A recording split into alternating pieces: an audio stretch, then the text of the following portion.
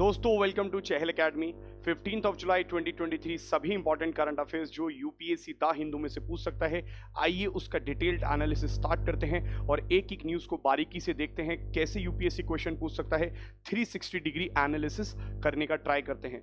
सबसे पहले front page पे जो न्यूज़ दे रखी है, GS3 साइंस एंड टेक से आप इसको रिलेट कर सकते हैं। India's third lunar Odyssey commences with the perfect launch. हम सभी जानते हैं और बहुत ही शानदार और गर्व की भावना से मैं आपको आज ये बात बोल सकता हूं कि सक्सेसफुली चंद्रयान 3 लॉन्च हो चुका है और इसरो ने एक और अचीवमेंट अपने खाते में दर्ज करा ली है। हम ये सभी जानते हैं कि चंद्रयान 3 लॉन्च हुआ है तो कुछ ना कुछ यूपीएससी चंद्रयान 1 या चंद्रयान 2 में से आपसे पूछ सकता है और पर्टिकुलरली उस पर फोकस कर सकता है कि चंद्रयान 3 का पर्पस क्या है, ऑब्जेक्टिव क्या है, कैसे उधर जाएगा। तो ये हॉट टॉपिक रहने वाला है दोस्तों। अभी हम लोगों ने 50% अचीवमेंट कर चुके हैं, हम बाकी 50% अभी देखनी है। तो धीरे धीरे पता चलेगा कि चंद्रयान 3 कितना सक्सेसफुल हो रहा है एंड आई होप सो ये बिल्कुल अच्छे से सक्सेसफुल हो। बट यहाँ पे जो यूपीएससी आपसे पूछ सकता है वो क्या क्या पूछ सकता है, आइए देखते हैं। देखिए न्यूज़ के अंदर सारी चीज़ें मौजूद नहीं होती हैं। न्यूज़ में सिर्फ यहाँ पे लिखा हुआ है लॉन्च व्हीकल मार्क 3। अभी लॉन्च व्हीकल मार्क 3 यहाँ पे लिखा है Chandrayaan 2 failed in 2019, only 3 countries the USA, Russia and China. फिर यहाँ पे देखिए 42 days are crucial and the dreams and the ambitions of every Indian। So पूरा का पूरा आर्टिकल क्या कहना चाह रहा है, वैसे तो फैक्चुअल चीज़ों पे फोकस करना चाह रहा है, बट यूपीएससी किस तरीके से आपसे यहाँ से प्रश्न पूछ सकता है, आइए इसको डिस्कस करते हैं। एक तो आर्टिकल आप देखेंगे यहाँ पर है और मैं इसी के साथ दोनों आर्टिकल को एक साथ ही कंप्लीट कर दूंगा दोस्तों। ये GS3 साइंस एंड टेक का another success of Chandrayaan launch vehicle gives Gaganyaan a leg up. अभी गगनयान क्या है, गगनयान मिशन क्या है, वो भी आपको पता होना चाहिए। फिर हम लोग इस फोटो पे दोबारा आएंगे, एक बार देखेंगे कि यहाँ पर क्या क्या लिखा हुआ है, क्या हम समझ पा रहे हैं ये पूरा एंटायर प्रोसेस जो भी लिखा हुआ है। So let us start. सबसे पहले बात करते हैं चंद्रयान मिशन की। देखिए दोस्तों, चंद्रयान मिशन नाम से आपको समझ में आ रहा होगा, ये एक ऐसा मिशन है जो मून पर जाने वाला मिशन है, hence the name Chandrayaan. Moon के कौन से हिस्से को हम लोग टारगेट कर रहे हैं या हमारा जो मिशन है कौन से हिस्से के लिए हो रहा है, किस साइड के लिए हो रहा है दोस्तों? South side of the moon, या फिर जिसको dark side of the moon भी बोला जाता है। ये वो साइड है जो हमें यहाँ से धरती से नहीं दिखता। जब हम धरती से चांद को देखते हैं, हमेशा याद रखिएगा सिर्फ और सिर्फ एक ही साइड आपको कॉन्टिन्यूसली हमेशा दिखता है, क्योंकि दूसरा साइड हमेशा छुपा रहता है। And the dark side of the moon, वहां पर साउथ पोल भी बोलते हैं उसको, वहां पर भारत अपने इस मिशन को कामयाबी हासिल करने ही वाला है एंड वहीं पर चंद्रयान 2 को भी रखा गया था। तो अब बात करते हैं हम लोग यहाँ पर चंद्रयान 1 कब लॉन्च हुआ, 2008 में। चंद्रयान 2 कब लॉन्च हुआ, 2019 में। एंड चंद्रयान 3 तो आप जानते ही हैं कल लॉन्च हुआ है 2023 में। तो चंद्रयान के अंदर चंद्रयान 1 की बात करते हैं सबसे पहले। दोस्तों चंद्रयान 1 में सिर्फ और सिर्फ ऑर्बिटर था। ऑर्बिटर का मतलब है कि हम लोगों ने जो स्पेसक्राफ्ट भेजा सिर्फ उसमें एक ही मॉड्यूल था, एक ही, आप ऐसा समझ सकते हैं कि 3 खिलौने हैं या 3 मॉड्यूल्स हैं, 3 सिस्टम्स हैं। एक सिस्टम भेजा था ऑर्बिटर और वो चांद के चारों ओर सिर्फ घूम रहा था। जब उसने अपनी फाइंडिंग्स दी, क्या फाइंडिंग दी, हम क्यों चांद के ऊपर इतना ज़्यादा इंटरेस्टेड हो रखे हैं, चांद तारे तोड़ लाएं, बट किसके लिए? अब ये चांद पे हम इतना ज़्यादा इंटरेस्टेड इसलिए हैं दोस्तों क्योंकि आज की डेट में हम लोगों को ये बात कंफर्म्ड हो चुकी है कि चांद के ऊपर पानी का जो प्रेजेंस है वो पाया गया है। You can understand the significance of the word H2O अगर वो वहाँ पे मिला है तो। देखिए अगर पानी वहाँ पर है तो ऐसा बोला जा सकता है कि सर्वाइवल कंडीशंस हम लोग चांद पे बना सकते हैं। प्लस हो सकता है ऐसा कि फार साइड या डार्क साइड के आसपास कोई ना कोई वहाँ पर रहता हो। क्या वहाँ पर लाइफ पॉसिबल है? क्योंकि हमारे यहाँ साइंटिस्ट कहीं ना कहीं इंटरेस्टेड हैं आज की डेट में दूसरे प्लैनेट्स के अंदर। आप देखेंगे कि हम चाहते हैं कि लाइफ मौजूद है कि नहीं ये पता कर सकें। तो कहीं ना कहीं पानी की प्रेजेंस इस बात को प्रमाणित करती है कि वहां पर मौजूद हो सकते हैं कुछ लोग, या हो सकता है वहां पे लाइफ पॉसिबल हो। पानी है तो वहां पे एनवायरनमेंट पॉसिबल हो सकता है। क्या फ्यूचर्स में हम लोग वहां जा सकते हैं? और आप जानते ही होंगे हाल ही में नासा के साथ हम लोगों ने आर्टेमिस प्रोग्राम भी डील साइन करी है। तो कहीं ना कहीं हम भी चाहते हैं कि लूनर स्पेस में, या फिर अगर हम चांद पे जाना चाहते हैं, चांद में अपने लोगों को एक तरीके से भेजना चाहते हैं, तो it will be a very important previous step जो हमें चंद्रयान में लेना पड़ा। चंद्रयान 1 ने कंफर्म करा, फिर चंद्रयान 2 में हम लोगों ने लॉन्च किया। अच्छा, चंद्रयान 2 का जो पर्पस था दोस्तों वो ये था कि हम चाहते थे कि चंद्रयान में जो पहले हम लोग एडवांसमेंट नहीं भेज पाए थे पहले वाले चंद्रयान 1 में, तो चंद्रयान 2 में हम लोगों ने काफ़ी सोफिस्टिकेटेड टेक्नोलॉजीज लगाई। अभी मैं आपको दिखाऊंगा, कई सारे पेलोड लगाए, हम लोगों ने डिटेल्ड स्टडी करने की बात करी। ऑब्जेक्टिव के अंदर आप देखेंगे पानी तो है ही है, वहाँ पे मिनरल्स क्या हैं, वहाँ पे केमिकल्स क्या हैं, सॉइल कैसी है, क्रेटर्स के अंदर जो पानी जमा हुआ है या फिर आइस की जो शीट्स वहाँ पे मौजूद हैं, वहाँ पे कोल्ड ट्रैप्स मौजूद हैं, वो सभी की स्टडी करने के लिए हम लोगों ने पूरा का पूरा प्रोग्राम करा था। अब हम लोगों ने साउथ साइड पे ट्राई किया।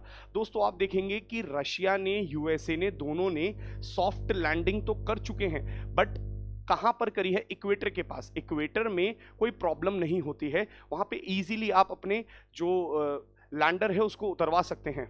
बट हम लोगों ने साउथ साइड चूज करी।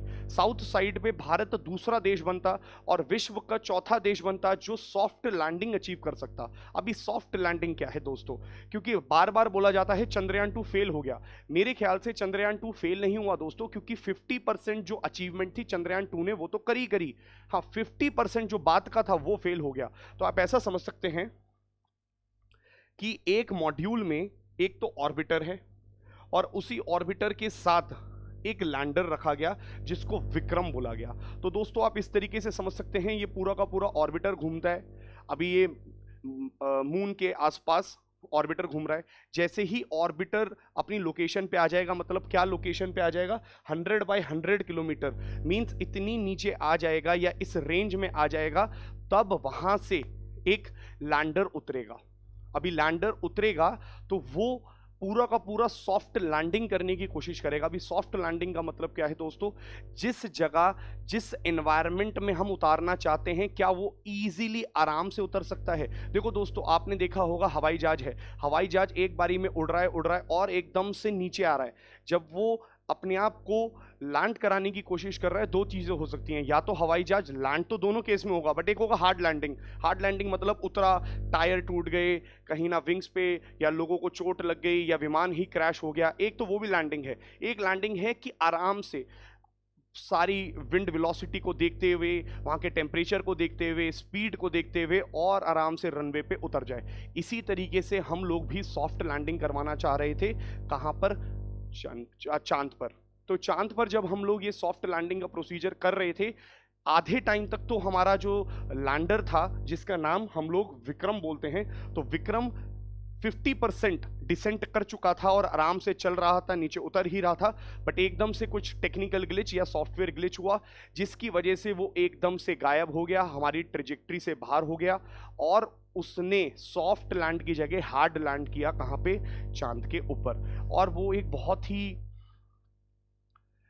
ऐसा मूवमेंट था, मुझे आज भी याद है, जब हमारे इसरो के चीफ के आंखों में से आंसू आ गए थे और प्रधानमंत्री मोदी जी ने उसी समय कहा था कि आपको मैं एक और मौका दूंगा, आप चिंता मत करिए, इसरो पे मुझे पूरा भरोसा है और दोबारा से इस प्रोग्राम को लॉन्च करिए। एंड सी, दोबारा से प्रोग्राम लॉन्च हुआ दोस्तों, और चंद्रयान 3 अब दोबारा जा रहा है और सेम कारनामा करना चाहता है, सेम अचीवमेंट करना चाहता है, वहां पर जाता है और जा करके सॉफ्ट लैंडिंग करेगा। अच्छा दोस्तों, विक्रम तो लैंडर है, सॉफ्ट लैंडिंग कर लेगा, उसके बाद का प्रोसीजर क्या है? उसके बाद के प्रोसीजर में जब वो लैंड हो जाएगा, सॉफ्ट लैंड मतलब आराम से वहां पे सतह को छू लेगा या सतह पर उतर जाएगा, वहां से फिर एक छोटी सी मशीन निकलेगी जिसको हम रोवर बोलते हैं। वो रोवर पूरा का पूरा चांद पे घूमेगा, वहां पे सैंपल्स को कलेक्ट कर सकता है, वहां पे हीट सिग्नेचर्स को देख सकता है, पानी के सिग्नेचर्स को देख सकता है, सॉइल को देख सकता है, क्रेटर्स के अंदर जाएगा और सारी की सारी इंफॉर्मेशन भारत तक पहुंचती रहेगी। तो it is very very significant mission for India to understand दी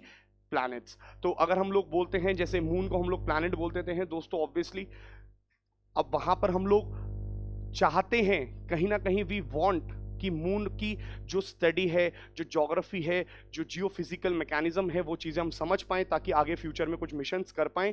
तो उसको स्टडी के लिए ही चंद्रयान 3 एक सक्सेसफुल प्रोग्राम बताया जाएगा। नेक्स्ट कहाँ से लॉन्च हुआ दोस्तों? श्रीहरिकोटा से। अभी आपसे एक सवाल पूछ सकते हैं कि श्रीहरिकोटा से ही, या कई बच्चों के सवाल आते हैं कि सर श्रीहरिकोटा से ही क्यों लॉन्च होता है? दोस्तों इसलिए लॉन्च होता है क्योंकि पहली चीज़ तो वो इक्वेटर से काफ़ी पास है, क्योंकि जिस ऑर्बिट में हमें उसे छोड़ना होता है उसको बोलते हैं GTO, जियोसिंक्रोनस ट्रांसफर ऑर्बिट, जो 36,000 किलोमीटर के आसपास की एक ऑर्बिट होती है, जहां से अर्थ की ऑर्बिट खत्म होती है और मून की ऑर्बिट स्टार्ट हो जाती है। तो आप समझ सकते हैं कि वहां से ग्रेविटेशनल पुल किसका आ जाएगा, मून का। तो एक तरफ जो हमारा रॉकेट है वो पूरे के पूरे मॉड्यूल्स को, जिसमें वो तीनों चीजें हैं, इसको सबसे आगे वाले हिस्से में भर करके लेके जाता है यहां से, और वहां पे जाके छोड़ देता है। और फिर कुछ समय बाद वो ग्रेविटेशनल पुल से, अभी हम देखेंगे कैसे स्लिंग शॉट थ्योरी हम लोगों ने यूज करी है उसके लिए, बट हाँ, एक तरीके से ऑर्बिट करता रहेगा और ऑर्बिट कहां पहुंच जाएगा, फाइनली मून के ऑर्बिट में आ जाएगा और मून के ग्रेविटेशनल पुल उसको खींचता जाएगा और वहां से हम स्टडी कर सकते हैं सारी की सारी। बट श्रीहरिकोटा इसलिए चूज किया जाता है क्योंकि वो इक्वेटर के पास है, और ऐसा माना जाता है जब आपको जियोसिंक्रोनस ट्रांसफर ऑर्बिट में किसी भी चीज को छोड़ना होता है, सो इक्वेटर से सबसे नजदीक पड़ता है आपका जीटीओ। इसका फायदा ये कि आपको कम पेलोड या कम फ्यूल के साथ आप जल्दी पहुंच सकते हो। तो वैसे ही हमारी रॉकेट्स की या हमारे जो इंजन्स होते हैं उनकी कैपेसिटी होती है कि उतने किलोग्राम से ज़्यादा नहीं ले जा सकते। अब उसमें हमें कैमरा भी लगाना है, सोलर भी लगाना है, हमें कहीं ना कहीं वहाँ पे अपने इंस्ट्रूमेंट्स को भी लगाना है, सारी चीज़ें भी रखनी है, ऑर्बिटर भी रखना है, प्रज्ञान भी रखना है जो हमारा रोवर है। तो आप ये बात समझ रहे होंगे कि ये सारी चीज़ें रखनी हैं अगर, तो उसमें समय लगेगा, उसमें जगह लगेगी, उसमें वेट बढ़ेगा। तो हम चाहते हैं कि कम से कम फ्यूल हो, ज्यादा से ज्यादा सामान हम उधर भेज पाएं, उसके लिए हम लोग प्रॉक्सिमिटी रखते हैं इक्वेटर की। नेक्स्ट वो ईस्ट कोस्ट पे है, और यहाँ पे क्या बोला जाता है, जो भी चीज ईस्ट कोस्ट पे होती है वो कहीं ना कहीं जब हम लोग अपनी मिसाइल्स को भेजते हैं या जब भी हम अपने रॉकेट्स को ऊपर भेजते हैं तो अर्थ के रोटेशन को भी इस्तेमाल कर लेते हैं, उससे थोड़ा सा कम फ्यूल खर्च होता है। इसलिए Sriharikota is the best place जहां से ये सारी चीजें लॉन्च करी जाती हैं। और मैं आपको बता ही चुका हूं, if achieved fourth country to achieve the soft landing and India will become after USA, Russia and China. तो तीन कौन है, यूएसए है, रशिया है और चाइना है, उसके बाद चौथे नंबर पे भारत आ जाएगा। अब देखिए प्रोसीजर क्या है, पहले एक बार यहां पे देखते हैं, इस पिक्चर को देखेंगे आप तो शायद बात को समझ पाएंगे। दोस्तों देखिए पूरा का पूरा प्रोसीजर कैसे काम करेगा।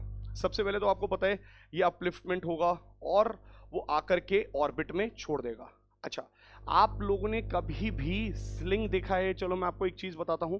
आपके अगर ये एक धागा लीजिए, धागे पे एक पत्थर बांधिए आगे की साइड और उसको घुमाइए और धीरे धीरे धीरे धीरे धागे की लेंथ को बढ़ाते जाइए। जब जब आप घुमा रहे हैं धागे की लेंथ को बढ़ाते जाइए। अच्छा, एक समय ऐसा आएगा, याद रखिएगा, जितने पास वो होगा उतनी उसकी कम स्पीड होगी, बट जैसे जैसे वो दूर जाएगा उसकी स्पीड, उसकी वेलोसिटी बढ़ती जाएगी। और एक समय ऐसा आएगा जब वो मैक्सिमम स्पीड में होगा तो हम उसको छोड़ देंगे। कहाँ छोड़ देंगे? मून की साइड छोड़ देंगे। सेम थ्योरी हम लोगों ने यहां पर इस्तेमाल करी है दोस्तों। देखिए वो ऐसे घूमता जाएगा, घूमता जाएगा, घूमता जाएगा, घूमता जाएगा, और जब अर्थ और मून सबसे अपने नजदीक वाले फेज में होंगे, ये भी कई बच्चों का सवाल आता है कि इसी समय क्यों लॉन्च किया गया, क्योंकि याद रखिएगा आज से 35 दिन बाद या 30 दिन बाद एक विंडो लॉन्च होने वाली है। विंडो किस चीज की विंडो लॉन्च होने वाली है दोस्तों? जहां पे अर्थ, जैसे मान लीजिए ये है अर्थ घूम रहा है, यहां पर क्या घूम रहा है, आपका चांद की ऑर्बिट है। अब ये घूम रहे और एक साथ दोनों पास से निकलेंगे। तो जब अर्थ और आपका चांद की ऑर्बिट बिल्कुल क्लोजेस्ट होंगे एक दूसरे के, वहां पर आप देखेंगे कि हम लोग लॉन्च कर देंगे। तो इसी समय लॉन्च करने का फायदा भी है। क्यों दोस्तों? क्योंकि ये पास में भी रहेगा। एंड फाइनली फिर क्या होगा, ये एक फोर्स के साथ जाएगा और फोर्स के साथ जाते ही इसकी ऑर्बिट में आ जाएगा। इसके ग्रेविटेशनल पुल, यानी मून का जो ग्रेविटेशनल पुल है वो पकड़ लेगा हमारे पूरे के पूरे मॉड्यूल को, और उसके बाद फिर आप देखिए ये डिसेंट करेगा धीरे धीरे, फिर ये नजदीक जाएगा। पहले का प्रोसीजर में बाहर जा रहा था, अब धीरे धीरे नजदीक जाएगा। कितना नजदीक जाएगा? 100 बाय 100 किलोमीटर तक जाएगा, और उसके बाद फिर आपका पूरा का पूरा प्रोसीजर चालू होगा।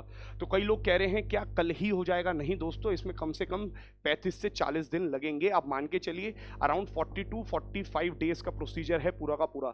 तो आज सिर्फ सक्सेसफुल क्या हुआ है, आज सक्सेसफुल ये हुआ है कि जाते समय हमारा जो पूरा का पूरा इंजन है वो ढंग से काम किया है, कोई भी टेक्निकल ग्लिच नहीं आई है। जियोसिंक्रोनस ऑर्बिट में हम लोग उसको छोड़ चुके हैं। तो अब धीरे धीरे धीरे धीरे वो अपना समय लेगा, स्लिंग शॉट थ्योरी काम करेगी, और जब वो अपनी सबसे मैक्सिमम स्पीड पे होगा उस समय नज़दीक आ जाएगा आपका मून, और वहीं पर हम लोग उसको छोड़ देंगे। एंड जब हम उसको छोड़ देंगे तो वो डिसेंट आराम से कर पाएगा, पास से कर पाएगा, जल्दी कर पाएगा, और 100 बाय 100 किलोमीटर पे जा करके फिर हमारा लैंडर वहां से उतरेगा, सॉफ्ट लैंडिंग को प्रयास करेगा, और अगर एक बार सॉफ्ट लैंड हो गया तो फिर वहां से रोवर जाएगा। एंड मैं बताते ही इतना एक्साइटेड हो रहा हूं, आप समझ पा रहे होंगे दोस्तों कितनी एक्साइटमेंट की बात है, किस तरीके से भारत एक मार्वलस अचीवमेंट पाने ही वाला है। कुछ ही दिनों या कुछ ही महीने हम बस इससे दूर हैं, और रोवर जाकर के सारी जानकारी देगा। अब यहाँ पे आपको एक सवाल और आएगा यूपीएससी जो पूछ सकता है, कुछ चीजें आपको पता होनी चाहिए दोस्तों। पहली आपको ये पता होना चाहिए कि पीएसएलवी जीएसएलवी ये क्या है। देखिए, एक है पोलर सैटेलाइट लॉन्च व्हीकल दोस्तों, इसे बोलते हैं पीएसएलवी। पढ़ना आपको जीएसएलवी है, जीएसएलवी का भी मार्क 3 वाला वर्जन, बट मेरे को आपको पीएसएलवी बताऊंगा, जीएसएलवी बताऊंगा, फिर मार्क 3 बताऊंगा।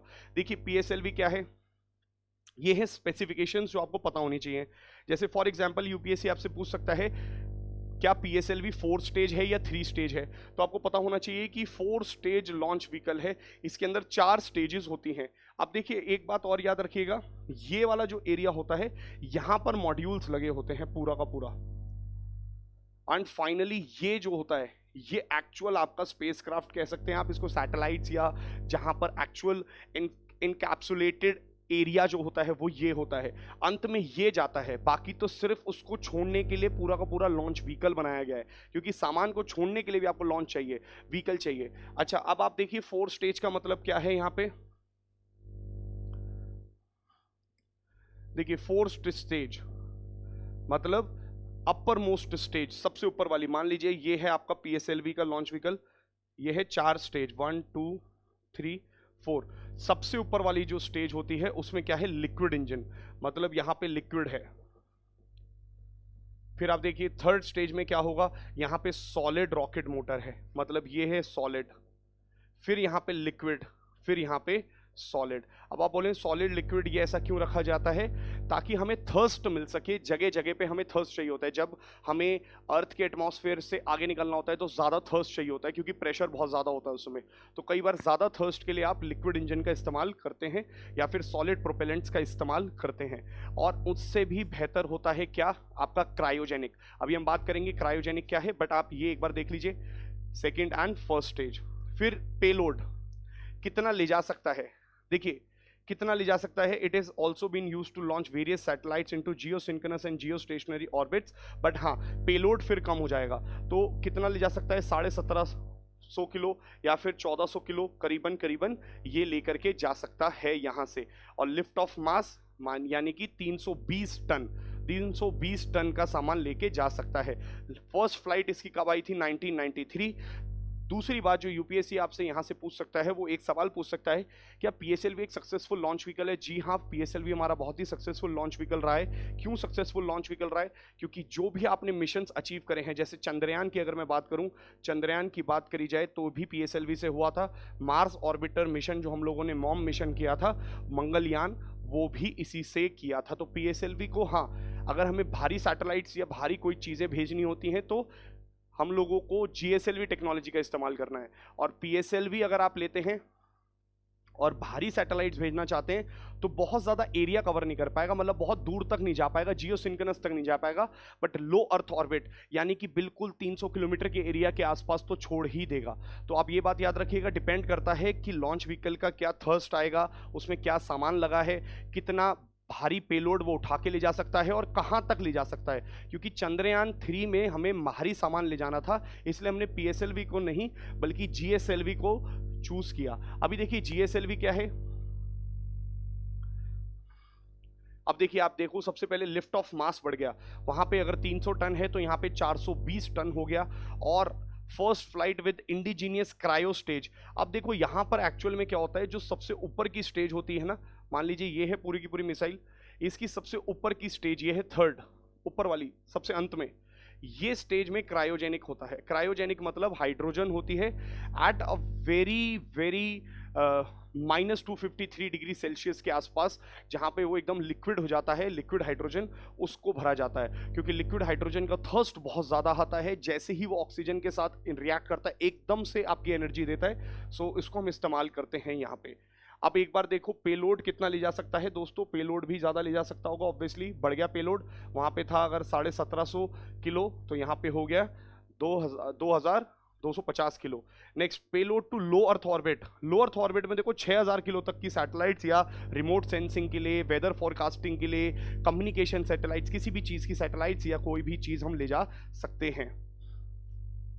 जैसा मैंने आपको बताया third stage cryogenic upper stage ये हमारा है। नेक्स्ट फिर देखिए सेकंड स्टेज, सेकंड स्टेज में यहाँ पे विकास इंजन यूज होता है सेकंड स्टेज, और second stage from the PS2 of PSLV where the Vikas engine has proved its reliable है। एंड लास्ट जो सबसे पहले की स्टेज होती है वो है first stage of GSLV derived from the PSLV's PS1 solid rocket motor.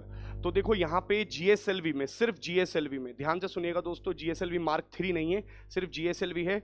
तो GSLV में पहला होता है सॉलिड, यहाँ पे होता है विकास इंजन, और यहाँ पे होती है क्रायोजेनिक आपका टेक्नोलॉजी। तो क्रायोजेनिक फ्यूल आता है सबसे ऊपर, और ये है आपका GSLV।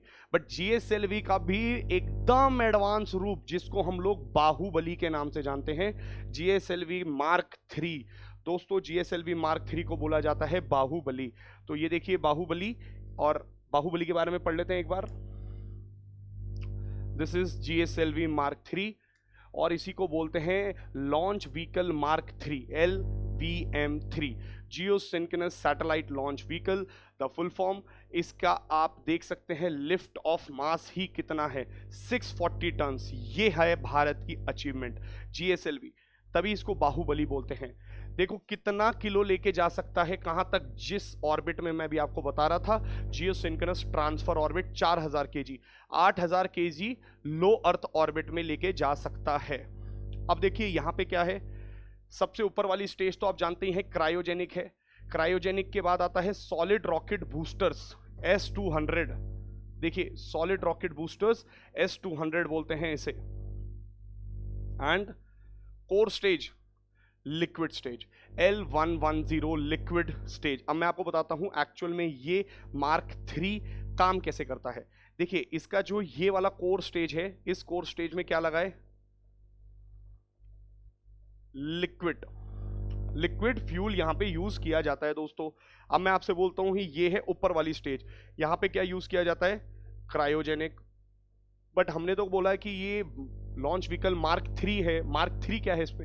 अब देखिए यहां पे लगे होते हैं दोस्तों एक्स्ट्रा स्ट्रैप ऑन बूस्टर्स, ये होते हैं स्ट्रैप ऑन बूस्टर्स, ये दिख रहे होंगे आपको, these are strap on boosters, और इसी को बोलते हैं second stage solid rocket boosters S200।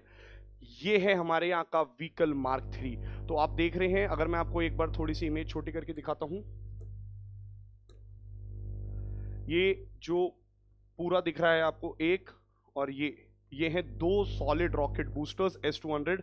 यहां पे आपका होता है आधे हिस्से में लिक्विड और आधे में होता है क्रायोजेनिक, और ऊपर तो आपका एनकैप्सुलेटेड एरिया जहां पे आपका सारा सामान रखा होता है। आई होप ये चीजें आपको क्लियर होंगी, कुछ एक आइडिया मिला होगा GSLV Mark 3 क्या है। क्योंकि देखिए आप न्यूज़पेपर पढ़ रहे हैं बट आपको यही नहीं पता है। जैसे अगर मैं आपको वापस से दिखाता हूं newspaper,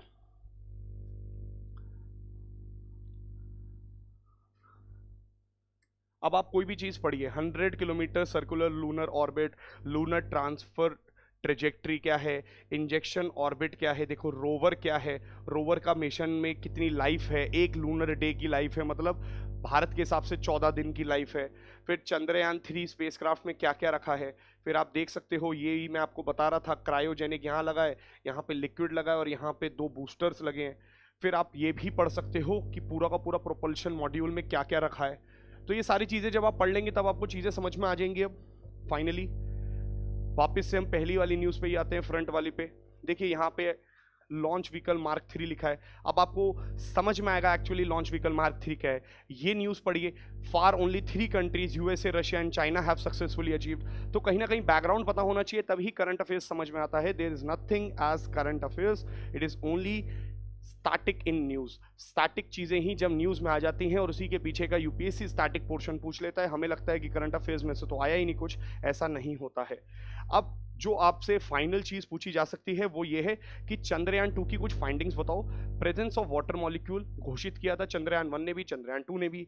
presence of water at all latitude, सारे ही लैटिट्यूड्स पे पानी है, मौजूद है, ये बात बताई गई थी। Hydration with in the craters, craters क्या होते हैं दोस्तों, कई बार बड़े रॉक्स और कॉमेट्स एटमॉस्फेयर क्रॉस करके आपकी धरती पर एक इंपैक्ट डाल सकते हैं, यानी कि आकर के अटैक कर सकते हैं। बड़े बड़े पत्थर आप समझ लीजिए, मीटियोर्स समझ लीजिए, वो आते हैं और अंदर आकर के अटैक कर सकते हैं। अटैक इन द सेंस आकर के धरती पे एक इंपैक्ट डालते हैं। जब वो इंपैक्ट डालते हैं, वो इंपैक्ट इतना भीषण होता है, इतना वेट होता है उसमें कि एक पूरा का पूरा खाली ढांचा क्रिएट हो जाता है, मान ली गड्ढा क्रिएट हो जाता है, एक पूरा का पूरा क्रेटर बन जाता है। और ऐसे ही मून में क्रेटर्स मौजूद हैं। हम कौन से क्रेटर को देखना चाह रहे हैं, एटकेन बेसिन क्रेटर, यहाँ पे पानी पाया गया है, तो उसी को हम लोग अपने रोवर से जाकर के चेक करेंगे।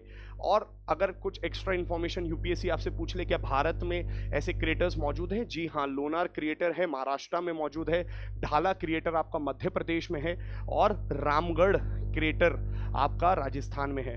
कमेंट सेक्शन में बताओ मुझे सबसे बड़ा क्रेटर कौन सा है, लोनार, ढाला या रामगढ़, जल्दी से बताइएगा कमेंट सेक्शन में कि सबसे बड़ा क्रेटर कौन सा है भारत का। चलिए, इसमें detection of chromium and manganese हुआ, सोडियम भी पाया गया, और सोलर फ्लेयर्स को भी स्टडी करा गया यहाँ से। तो हम लोग चाहते हैं कि हम सूरज से निकलने वाला जो एक पूरा का पूरा फ्लेयर आता है, यानी गैस और आग, यानी कि चार्ज्ड पार्टिकल्स निकल के आते हैं, वो जब आते हैं उसके बारे में हमें जो स्टडी करनी है वो भी हमें चंद्रयान 3 करके देगा। अब देखिए पेलोड्स कौन कौन से लगे थे चंद्रयान 2 में, क्योंकि उसमें से कुछ पेलोड्स आप देखेंगे चंद्रयान 3 में भी आपको न्यूज़ में मिलेंगे।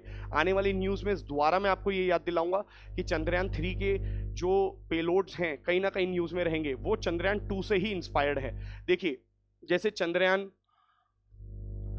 2 का एक पेलोड है जिसको बोलते हैं class.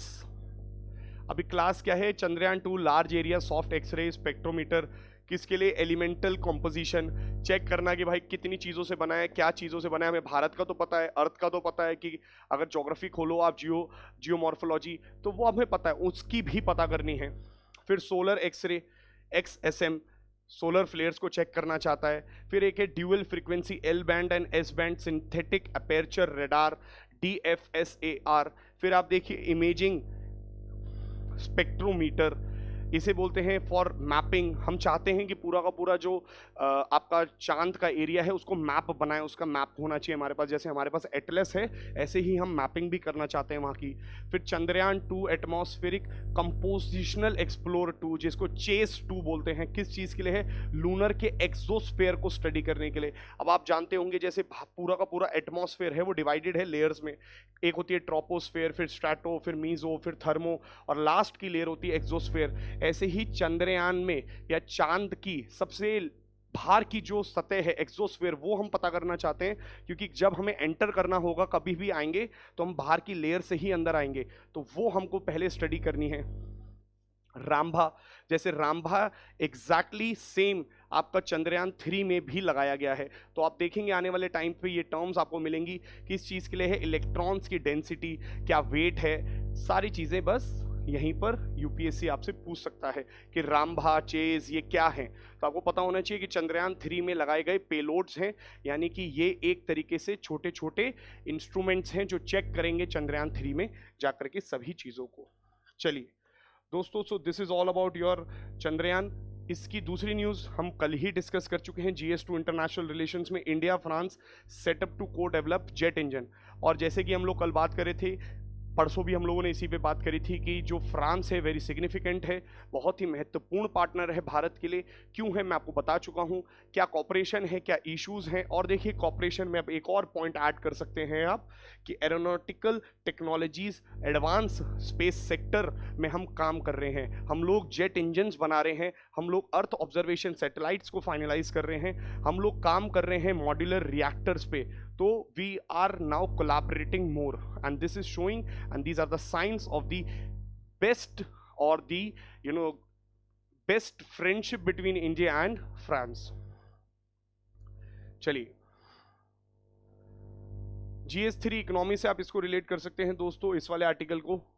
रॉयलिंग resurgence, the recent gains in taming inflation may start to unravel मतलब यहाँ पे undo से बोला जा रहा है। अब एक बार मैं आपको बता देता हूं पहले है क्या। आप ऐसा समझना,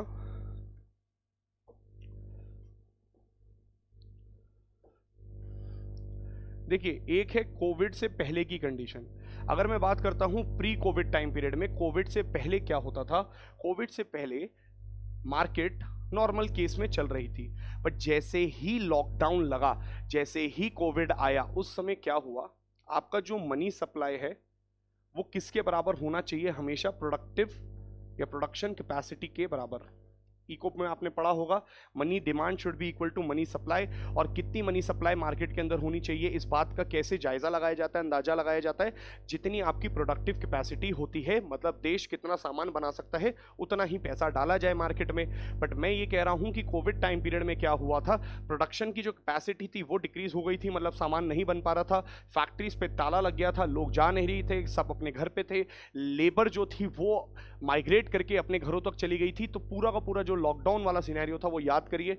दूसरा, जब आप नहीं जा रहे हैं और आपको पैसा चाहिए, कई गरीबों को खाना चाहिए, फूड सिक्योरिटी का इशू है, भारत जैसी कंट्री जहां पे अनएम्प्लॉयमेंट पॉवर्टी के लेवल्स बहुत ज्यादा हैं, वहां पर क्या करा जाएगा दोस्तों। सर बिल्कुल साफ सी बात है कि सरकार उतरेगी, वेलफेयर करेगी, और सरकार ने वही किया और लोगों की जेब में सब्सिडीज के थ्रू पैसा पहुंचाया। इसका मतलब मनी सप्लाई बढ़ा, प्रोडक्टिव कैपेसिटी गिरी, और एक बात कंफर्म्ड है कि मनी सप्लाई बहुत ज्यादा हो गई मार्केट में। मनी सप्लाई ज्यादा होने का मतलब क्या होता है, too much money chasing too few goods will lead to the rise in the general level of prices, जिसको आप महंगाई बोलते हैं यानी इन्फ्लेशन बोलते हैं। So it led to the inflationary crisis in the Indian economy, not only in Indian economy, याद रखिएगा ऑल ओवर द वर्ल्ड यही ट्रेंड हुआ, क्योंकि ऑल ओवर द वर्ल्ड ही कोविड आया भी था। जब जब ऐसा होता है तो मॉनेटरी पॉलिसी को इस्तेमाल किया जाता है और मनी सप्लाई को गिराया जाता है। और कब तक गिराया जाएगा, जब तक ये इक्वल ना हो जाए। बट अभी ये अनइक्वल है, और मनी सप्लाई को गिराने के लिए मॉनेटरी पॉलिसी कमेटी है जो हम कल बात कर रहे थे, और ये monetary policy committee 2016 Urjit Patel committee की रिकमेंडेशंस पे बनी, जिसमें 6 मेंबर हैं। आप जानते ही होंगे, इन 6 मेंबर्स में से 3 आरबीआई में से होते हैं, 3 सेंट्रल गवर्नमेंट नॉमिनेट करती है 4 साल के लिए, ये होते हैं एक्स ऑफिशियो, और मेजॉरिटी वोटिंग होती है। मेजॉरिटी में अगर कभी भी ऐसा हो जाए कि 3:3 हो जाए तो गवर्नर साहब के पास पावर होती है एक कास्टिंग वोट डालने की। और कोरम क्या है इसका, कि मिनिमम कितने मेंबर्स होने चाहिए एमपीसी के लिए, वो भी हम जानते हैं, दैट इज 4 मेंबर्स। अगर आपसे पूछा जाए कि एमपीसी क्या डिसाइड करता है, एमपीसी डिसाइड करता है कि रेपो रेट क्या रहना चाहिए, मतलब the favourite tool of your RBI is repo rate. Repo rate decide करता है, जो कि बाइंडिंग होता है और आरबीआई को मानना पड़ता है। यानी कि इन्फ्लेशन का जो टारगेट है, जो हम कल भी बात कर रहे थे, 4 ± 2%, यानी कि 2 से 6% की रेंज में जो आपकी इन्फ्लेशन होनी चाहिए, अगर उससे ज्यादा है तो आपकी मॉनेटरी पॉलिसी कमेटी बैठती है, एवरी बाई मंथली बैठती है, हर 2 महीने बाद बैठती है। साल में मिनिमम उनको 4 बार तो बैठना ही बैठना है, ऐसा लिखित आर्टिकल्स में मौजूद है, एक्ट के अंदर बता रखी है ये बात सेक्शंस में। तो ये बैठे और इन्होंने डिसाइड किया कि रेपो रेट को बढ़ाया जाएगा। रेपो रेट यानी वो रेट जिस रेट पर आरबीआई यानी सेंट्रल बैंक किसी गवर्नमेंट किसी कंट्री का कमर्शियल बैंक्स को लोन देता है और बदले में कोलेट्रल के रूप में गवर्नमेंट सिक्योरिटीज रखवा सकता है। तो बात यह है कि जिस रेट पर कमर्शियल बैंक्स लोन ले रहे थे उसको बढ़ा दो। उसको बढ़ाने से फायदा क्या होता है दोस्तों, कि कमर्शियल का मतलब ही होता है profit motive. Commercial banks profit के लिए काम करते हैं, बट कम पैसे में ज़्यादा प्रॉफिट कैसे ले पाएंगे, तो वो लेंडिंग रेट्स को बढ़ा देते हैं, जिसकी वजह से हम लोग लोन कम लेते हैं, और हम लोन कम लेते हैं तो मनी सप्लाई गिर जाती है। बड़ा ही सिंपल सा कंसेप्ट है, मनी सप्लाई गिरने की कगार पे आ रही है। और आप देखेंगे कि यही काम पूरा का पूरा 2021 से चल रहा है। 2021 से मॉनेटरी पॉलिसी कमेटी ट्राई कर रही है कि भारत के अंदर मनी सप्लाई गिराई जाए, और समय समय पर रेपो रेट्स बढ़ाए जा रहे थे। अभी पिछले 2-3 महीने से रेपो रेट पे पॉज लगा दिया गया है, मतलब बढ़ाया नहीं गया है। बट कुछ लोग बोल रहे थे कि रेपो रेट को ज्यादा मत बढ़ाओ, क्योंकि जरूरत से ज्यादा जब रेपो रेट बढ़ा दोगे तो मनी सप्लाई एकदम से गिर जाती है, और एकदम से मनी सप्लाई अगर गिर गई तो होगा क्या, कि आप डिमांड कम करोगे। जब आप डिमांड कम करोगे तो क्या होगा दोस्तों, आपकी जो डिमांड गिरते ही यू विल सेलर जो सप्लायर है वो क्या करेगा, कम सप्लाई करेगा। कम सप्लाई कैसे करेगा, अनएम्प्लॉयमेंट को क्रिएट करेगा। कहने का मतलब यह है कि जैसे ही डिमांड गिरेगी, जो सामान सप्लायर बनाता है वो एक्सेस में हो जाएगा, तो कम सामान बनाने के लिए अगले साल उसको कम लोगों की जरूरत पड़ेगी, जिसके लिए वो ले ऑफ स्टार्ट कर देगा, जिसकी वजह से अनएम्प्लॉयमेंट हो जाएगी और रिसेशन आने लग जाएगा। क्यों? क्योंकि अनएम्प्लॉयड जो लोग होते हैं वो पहले ही कम डिमांड कर रहे थे, आज उनकी नौकरी भी चली गई तो वो और कम डिमांड करेंगे, जिसकी वजह से ये साइकिल फिर रिपीट हो जाएगी। इसी को बोलने के लिए बोला जा रहा था कि रेपो रेट को थोड़ा सा गिरा दो और लोन सस्ते कर दो, मनी सप्लाई बढ़ा दो। बट आरबीआई बार बार बोल रहा था कि नहीं, अभी खतरा टला नहीं है, हम एकदम से जल्दीबाजी में कोई भी स्टेप नहीं लेना चाहते हैं। और इसी के ऊपर पूरा का पूरा आर्टिकल है। बोला जा रहा है कि आरबीआई सही कह रहा था। देखो दोस्तों, बिल्कुल सही कह रहा था। क्यों? क्योंकि फूड में जो महंगाई है देखो बढ़ गई एकदम से, जिसकी वजह से अभी सीपीआई का लेवल अभी तो कंट्रोल्ड है, बट आने वाले टाइम पे हो सकता है फिर से महंगाई देखने को मिल जाए। तो महंगाई को कंट्रोल करने के लिए 2 साल लगा दिए आरबीआई ने। और आरबीआई को ये बात पर बोला भी जा रहा था कि रिसेशन या डिप्रेशन में ना आ जाए, या फिर ऐसा ना हो जाए कि डिफ्लेशनरी ट्रेंड आने लग जाए पूरे के पूरे वर्ल्ड में, जो कि आ भी रहा है। और भारत के अंदर ले ऑफ भी हो रहे हैं और वर्ल्ड में भी ले ऑफ हो रहा है। तो इसी बात पर कुछ लोग बोल रहे थे, बट आरबीआई कह रहा था कि मेरा काम क्या है, आपने मुझे क्यों बनाया है? आपने मुझे बनाया है प्राइस की स्टेबिलिटी को क्रिएट करने के लिए। वो प्राइस की स्टेबिलिटी मैं करूंगा क्रिएट। थोड़ा सा सब्र रखें, पेशेंस रखें।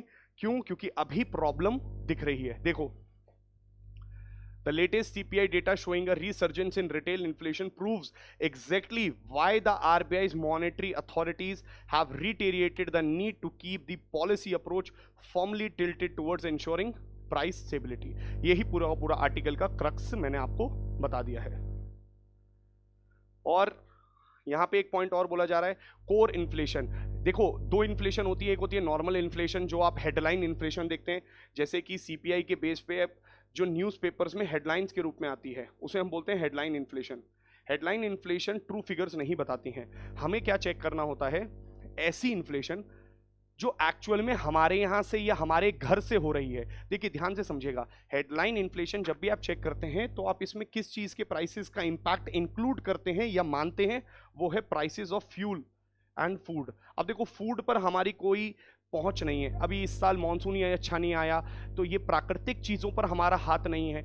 या फिर मैं बोलता हूं फ्यूल, अब रशिया यूक्रेन वॉर हो रहा है, फ्यूल हमें महंगा मिल रहा है, तो क्या हमारे हाथ में है फ्यूल? फ्यूल हमारे हाथ में नहीं है। 85% इंडिया इंपोर्ट करता है फ्यूल को। तो इसका मतलब कुछ चीजें ऐसी हैं, महंगाई इस वजह से भी होती है, या तो प्राकृतिक नेचुरल प्रॉब्लम्स आ जाए या फिर बाहर की कंट्रीज की वजह से हमें इंपैक्ट आ जाए। हम चाहते हैं हमें अपनी कंट्री की वजह से कितनी महंगाई हो रही है वो तो पता चल जाए, उसके लिए हमें कोर इन्फ्लेशन चेक करना पड़ता है। तो core inflation excludes food and fuel and light groups from headline inflation. तो अगर मैं आपसे बोलूं हेडलाइन इन्फ्लेशन में से मैं क्या निकाल दूंगा, माइनस कर दूंगा फूड और फ्यूल आइटम का इंपैक्ट, तो क्या निकल के आ जाएगा, कोर इन्फ्लेशन। और ये कोर इन्फ्लेशन देखिए कितनी है, 5.16। और ये 5.16 अभी से नहीं है, काफी टाइम से 5.16 से मतलब अटक के रह गई है। इसका मतलब जो इन्फ्लेशन है, महंगाई है, वो हमारे घर से मौजूद है और उसको हम कंट्रोल नहीं कर पा रहे हैं। ये बहुत बड़ी समस्या है। ऑथर यही बात यहां पे बता रहे हैं। और फाइनली देखिए क्या बोल रहे हैं, policy makers must tighten their grip over prices to prevent broader economic recovery from floundering. मतलब बहकना नहीं चाहिए, जो हम सोच के आ रहे थे वही होना चाहिए। आइए बात करते हैं वर्चुअल समिट, वर्चुअल साइलेंस। बहुत ही बेहतरीन आर्टिकल है,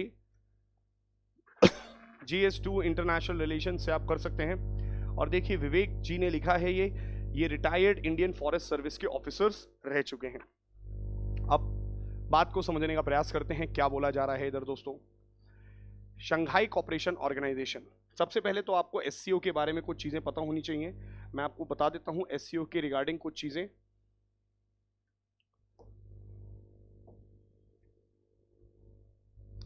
देखिए दोस्तों, शंघाई कोऑपरेशन ऑर्गेनाइजेशन ये एक पॉलिटिकल, इकोनॉमिकल, कल्चरल और मिलिट्री या फिर इसको आप ऐसा भी बोल सकते हैं कि ये एक ऐसा ग्रुप है जो particularly political, economical, cultural, security purpose के लिए ग्रुप इस्टेब्लिश करा गया है। So it is a group which is formed for these purposes. कब बना था? 2001 में। किसके इनिशिएटिव में या किसका इनिशिएटिव सबसे ज्यादा है? क्योंकि देखिए शंघाई जब बात आ रही है तो इसका मतलब क्या है? चाइना। तो चाइना लेड ग्रुप है। स्टार्टिंग में कहां पे आया था ये? शंघाई में। और फिर इसका जो अभी आज की डेट में सेक्रेटरिएट है वो कहां पर है? बीजिंग। नेक्स्ट अगर मैं आपसे बोलता हूं शंघाई कोऑपरेशन ऑर्गेनाइजेशन में कौन कौन मेंबर्स हैं, तो देखिए यहां पे रशिया इज अ मेंबर। जितनी भी सेंट्रल एशिया की कंट्रीज हैं वो यहाँ पर मेंबर हैं। बट एक कंट्री है जो यहाँ पर मेंबर नहीं है। वो कौन सी कंट्री है जो यहाँ पर मेंबर नहीं है? एक्सेप्ट तुर्कमेनिस्तान, सब यहाँ पर मेंबर्स हैं। और कौन मेंबर है? Obviously China is a member. अब तो आप जानते हैं कि ईरान भी इसका मेंबर बन चुका है, अभी पहले ही करंट अफेयर्स के न्यूज़ में आया है। और भारत और पाकिस्तान भी इसके मेंबर हैं। बाकी कई सारे ऑब्जर्वर हैं, जैसे Afghanistan is observer, Belarus is observer, तो वो भी इसका मेंबर बनना चाहते हैं। अब बात करी जाती है भारत और पाकिस्तान की। भारत और पाकिस्तान ने पहली बार शंघाई कोऑपरेशन ऑर्गेनाइजेशन की मीटिंग में पार्टिसिपेट किया था 2004 की अस्ताना समिट से। बट उस समय ये मेंबर्स नहीं थे, मतलब they were not the actual main members. तो ये कौन थे? एसोसिएटेड थे, यानी कि हम ऐसा बोल सकते हैं कि उस समय ये ऑब्जर्वर्स होंगे। बट फिर 2017 आया और दोबारा से मीटिंग कहां पे हुई दोस्तों? अस्ताना। तो याद रखना अस्ताना समिट में पहली बार मिले थे। कब की? 2004 की अस्ताना में। बट 2017 की ही अस्ताना समिट से आप देखेंगे क्या ये फुल टाइम मेंबर्स बन जाते हैं। और पाकिस्तान तो ऑब्वियस सी बात है बनता नहीं था उसका शंघाई में आना, बट चाइना के ऑब्वियसली चाइना के दयालुपंथी पे, या कह सकते हैं कि चाइना के रहमो कर्मों पे जिंदा है पाकिस्तान, और इसकी वजह से उसको भी एंट्री दी और भारत को भी एंट्री मिल गई। और यहाँ पे आपसे एक चीज़ पूछ सकते हैं कि एक ऑर्गेनाइजेशन या एक organ of the Shanghai rats है। अब रैट्स क्या है? Regional anti terrorism structure. ये कहाँ पर है इसका हेडक्वार्टर्स? इसका हेडक्वार्टर्स है उज्बेकिस्तान। कब खुला था? 2004। और ये काम किससे रिलेटेड करता है? सेपरेटिज्म, एक्सट्रीमिज्म, या फिर करप्शन, मनी लॉन्ड्रिंग, टेररिज्म, इन सभी चीज़ों से रिलेटेड ये ध्यान में रखता है। मतलब मेन पर्पस होता है इसका टेररिज्म या फिर एक्सट्रीमिज्म जैसी कोई भी एक्टिविटीज़ हैं उसको दूर करने के लिए ये पूरे के पूरे नेशंस फॉलो करते हैं, यानी काम करते हैं। रैट्स का ग्रुप भी इसका है। और इनकी जो हेड्स होते हैं उनकी एक मीटिंग होती है, उसे बोलते हैं HSC, heads of state council. Summit level meeting होती है। समिट लेवल का मतलब यहाँ पे सभी हेड्स ऑफ द स्टेट आते हैं, जैसे मोदी जी यहाँ से आएंगे, चाइना से जो है शी जिनपिंग आएंगे, रशिया से पुतिन भैया जी आएंगे, और आपके पाकिस्तान से आएंगे। सबके हेड आएंगे और मिलेंगे आपस में, कई सारे मुद्दों पर बात करेंगे, जैसे political, economical, cultural, security threats पर, टेररिज्म पर, इन सब पे, साइबर पर, कनेक्टिविटी पर, इन सब पे बात करते हैं। इस बार की जो HSC की मीटिंग थी शंघाई कोऑपरेशन ऑर्गेनाइजेशन की, वो है भारत में। भारत ने ये मीटिंग वर्चुअली करी है। अब वर्चुअली करने का मतलब क्या है? हमने फिजिकली नहीं बुलाया इनको, और वर्चुअल लेवल पर मतलब सिर्फ और सिर्फ इंटरनेट पर ये मीटिंग करके खत्म कर दी। अब इस बात पर बोला जा रहा है ऑथर के द्वारा, देखो वर्चुअल समिट और वर्चुअल ही साइलेंस भी है।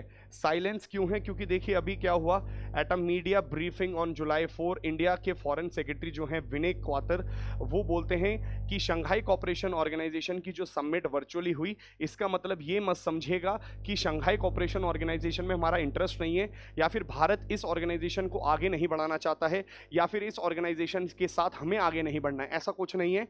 बट हाँ, ये ऑथर बोल रहे हैं कि एक भी बात का जस्टिफिकेशन नहीं दे पाए हमारे फॉरेन सेक्रेटरी। अब उनसे एक सवाल पूछा जा रहा है कि भाई आप पहले तो एक बात बताओ, शंघाई कोऑपरेशन ऑर्गेनाइजेशन इतनी इंपॉर्टेंट ऑर्गेनाइजेशन कि आपको प्रेसिडेंसी मिलती है, आप क्या मीटिंग होती है, सारे मेंबर्स आ सकते थे, आपने क्यों नहीं बुलाया? तो कोई भी साउंड रीजन नहीं दे रहे हैं, कह रहे हैं बस हमने ऐसे ही कर दिया। ऐसा नहीं है दोस्तों, इसके पीछे की कुछ ना कुछ वजहें हैं। जैसे पहली वजह ये बोली गई कि भाई G20 की मीट के लिए जैसे मान लो आपको मिलना पड़ता है, या फिर जैसे मैं ऐसा बोल सकता हूँ, G20 की मीटिंग आप हटा दीजिए, मान के चलिए शंघाई कोऑपरेशन ऑर्गेनाइजेशन की ही मीटिंग होती है, और कल को मान लीजिए पाकिस्तान के जो प्रधानमंत्री हैं वो आते हैं, बट जब वो इधर आएंगे हमको उनको मिलना पड़ेगा, हाथ मिलाना पड़ेगा, हमको उनको स्वागत करना पड़ेगा। मोदी जी ने कहा भैया हमें नहीं करना स्वागत। Same is with the case of China. China के साथ हमारे विवाद तो बहुत पुराने चल रहे हैं, 62 से चल रहे हैं, है ना, बट स्टिल 2017 में हम लोगों ने एंट्री ली। हमने सोचा कि यार ठीक है, कम से कम एक प्लेटफॉर्म मिल जाएगा जहां पे हम चाइना के साथ, पाकिस्तान के साथ मिलकर के बात कर सकते हैं। बट जब जब मोदी जी या जब जब भारत किस पर मुद्दा उठाता है, टेररिज्म पर मुद्दा उठाता है, सेपरेटिज्म पर मुद्दा उठाता है, इन वाले मुद्दों पर ये चुप हो जाते हैं, और इन वाले मुद्दों पर आप देखेंगे कि चाइना डिस्कशन ही नहीं करता है। तो भारत कह रहा है जब चाइना इन फालतू के मुद्दों पर डिस्कशन नहीं कर रहा है तो हमारा क्या ही मतलब है जो शंघाई कोऑपरेशन ऑर्गेनाइजेशन में हम इतना खर्चा करें, सारी चीज़ें करें, एक्चुअल हमारे जो मेन क्राइटेरिया है उसको दूर नहीं करना चाहता है। यही बात ये भी बोल रहे हैं कि चाइना की जो एक्टिविटीज़ हैं 2020 के बाद से, उसकी वजह से भी भारत का जो इंडिया का इंटरेस्ट है एससीओ में वो थोड़ा सा हट चुका है, थोड़ा सा कम हो चुका है। भारत को लग रहा है कि it is not a credible platform where we should go. ऐसा ऑथर कह रहे हैं कि India's lack of credible explanation in hosting this summit indicate करता है कि दिल्ली की जो डिप्लोमेटिक ड्रिफ्ट है वो दूर होती जा रही है, या डिप्लोमेसी जो है वो शंघाई कोऑपरेशन ऑर्गेनाइजेशन को ज़्यादा इंपॉर्टेंस ना देकर के G20 को फोकस कर रही है। यही बात मैं आपको पहले बोलना चाह रहा था कि G20 की फोकस ज़्यादा हो चुकी है। अब वो प्रॉब्लम किस वजह से है, चाइना के बेल्ट एंड रोड इनिशिएटिव या फिर चाइना पाकिस्तान इकोनॉमिक कॉरिडोर ले लीजिए आप, अब ये एक बहुत बड़ा प्रॉब्लम की वजह है। नेक्स्ट फिर देखो यहाँ पर ये भी बोला जा रहा है कि चाबहार पोर्ट कहाँ पर है भारत में, भारत का ईरान में। तो ईरान में हम लोगों ने पोर्ट लिया है, डेवलपमेंट कर रहे हैं। बोला जा रहा है कि ईरान के साथ, ईरान एक नया मेंबर बन गया है हमारा, बट ईरान के साथ भी चाबहार पोर्ट से ज़्यादा कुछ हो नहीं रहा है। क्यों? ईरान पर काटसा लगा रखा है, countering anti American adversaries act. इसका मतलब क्या है, जो अमेरिका के दुश्मन हैं, ऐसा बोलता है अमेरिका कि उसके जितने मित्र हैं वो भी उस दुश्मन को दुश्मन समझो। Iran is a enemy of your USA, और भारत को भी वो काटसा का फोर्स लगाने का ट्राई करता है या डराने का प्रयास करता है। बोलता है कि आप ईरान के साथ अपने संबंधों को अच्छा नहीं करेंगे, किसी भी प्रयास नहीं करेंगे। तो हम लोग चाहबार से तो काटसा का वेवर ले चुके हैं, परमानेंट नहीं लिया है, बट हाँ इमीडिएट बेसिस पे तो हमारे पास वेवर है, यानी कि हमें छूट दे रखी है अमेरिका ने, हमें समझा दिया है अमेरिका को कि भाई सेंट्रल एशिया जाना है, अफगानिस्तान जाना है, थोड़ा सा बात मानो, हमें चाहिए ये रूट। बट स्टिल इसके अलावा ईरान के साथ कोई रिश्ते नहीं बढ़ रहे हैं, तो ईरान के साथ भी आपके रिश्ते नहीं बढ़ रहे हैं। फिर अगर आपको रशिया से ही बात करनी है तो आप बायलैटरली कर लोगे दोस्तों, पाकिस्तान के साथ हमें बात करने में कोई इंटरेस्ट नहीं है। और रही बात चाइना की, चाइना हमारे यहाँ पे LAC के मुद्दे से बाहर नहीं आके दे रहा है, बाउंड्री पे इश्यूज कर रहा है, उसका कोई वो जवाब नहीं दे रहा है। तो यही बात वो बोल रहे हैं कि virtual summit ensured that Mr. Modi did not have to meet any of the leaders including Pakistan's Shehbaz Sharif personally. उन्हें मन ही नहीं कर रहा है मिलने का, और इसके लिए अब क्या बोला जा रहा है कि ब्रिक्स समिट होने वाली है। अब ये ब्रिक्स की समिट कहाँ होने वाली है दोस्तों? साउथ अफ्रीका में। अब देखो ब्रिक्स में कौन कौन आएंगे? Brazil, Russia, India, China. China अब दोबारा हमें कहाँ मिलेगा? एक मौका आएगा ना, कहाँ मिलेगा? वो मिलेगा समिट लेवल मीटिंग होती है यहाँ पे भी, ब्रिक्स में। अब ब्रिक्स में क्या मोदी जी जाएंगे, चुप रहेंगे, वर्चुअली कर लेंगे, क्या करेंगे देखते हैं आने वाले समय में। ऑथर कहते हैं पता लगेगा।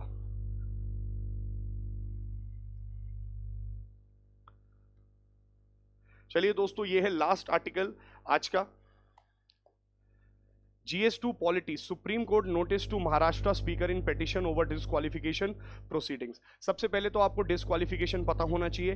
कह रहे हैं कि सुप्रीम कोर्ट ने फ्राइडे को इशू करा है एक नोटिस, किसको? महाराष्ट्र के जो स्पीकर हैं राहुल नार्वेकर, उनको एक पिटीशन में ये बात बोली गई है, एक इशू करा है नोटिस। अब क्या है पूरा का पूरा मुद्दा ये है कि जो उद्धव ठाकरे के लॉयलिस्ट ग्रुप वाले लोग हैं वो एकनाथ शिंदे के ग्रुप पर एक डिस्क्वालिफिकेशन का केस चलाने की बात कर रहे हैं। आप जानते ही होंगे महाराष्ट्र में क्या हुआ था। अब वो बोल रहे हैं कि एकनाथ शिंदे के ग्रुप में जो जो लोग गए हैं, जिन्होंने पार्टी फॉर्म कर दी है, ये सारे के सारे गद्दार हैं, डिस्क्वालिफाइड के प्रोसीजर के लिए अप्लाई होते हैं। और स्पीकर साहब जो हैं वो फाइनल अथॉरिटी होते हैं डिस्क्वालिफिकेशन के पूरे प्रोसीजर को बताने के लिए, बट वो बता नहीं रहे हैं, कुछ बोल नहीं रहे हैं। जब भी उनसे पूछा जाता है, जब भी प्रोसीडिंग्स होती हैं, वो छुट्टी ले लेते हैं।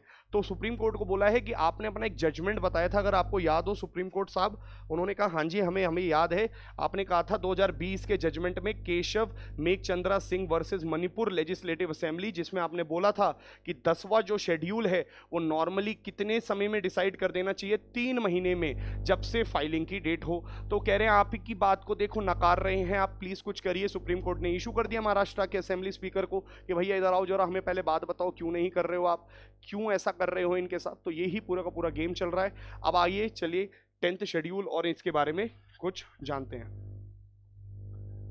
एंटी डिफेक्शन लॉ, इसको बोलते हैं आया राम गया राम लॉ। अभी देखिए आया राम गया राम लॉ क्या है दोस्तों। एक व्यक्ति एक ही दिन में 3 पॉलिटिकल पार्टी चेंज कर सकता है क्या? हाँ जी, यही हुआ था एक व्यक्ति के साथ, भारत में नाम नहीं लूंगा, बट एक व्यक्ति वो आए, उन्होंने एक ही दिन में 3 पॉलिटिकल पार्टी, सुबह कुछ, दोपहर में कुछ और शाम को कुछ, जस्ट बिकॉज किस वजह से, क्योंकि दूसरी पॉलिटिकल पार्टी उनको ज्यादा पैसा या मटेरियल बेनिफिट्स का वादा कर रही थी, बड़ी पोस्ट का वादा कर रही थी, तो जिस पार्टी के साथ वो है उसको धक्का दे करके वो दूसरी पार्टी में चले जाएं।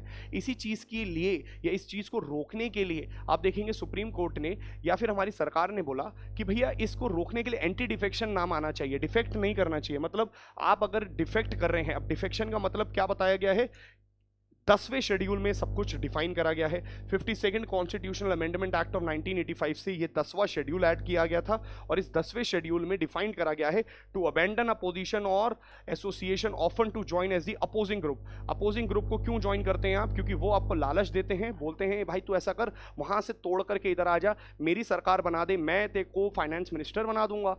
तो आप जो एक पार्टी है उसको तोड़ करके इधर आ रहे हो, और भारत में अगर ऐसा ही चलता रहा तो कोई पार्टी सर्वाइव ही नहीं कर पाएगी, या फिर एक गलत पार्टी जो जनता के हित की पार्टी नहीं है वो आ जाएगी। इसी के लिए एंटी डिफेक्शन, आप डिफेक्ट ना करें उसके खिलाफ आपके लिए कुछ प्रोसीजर लाया गया है।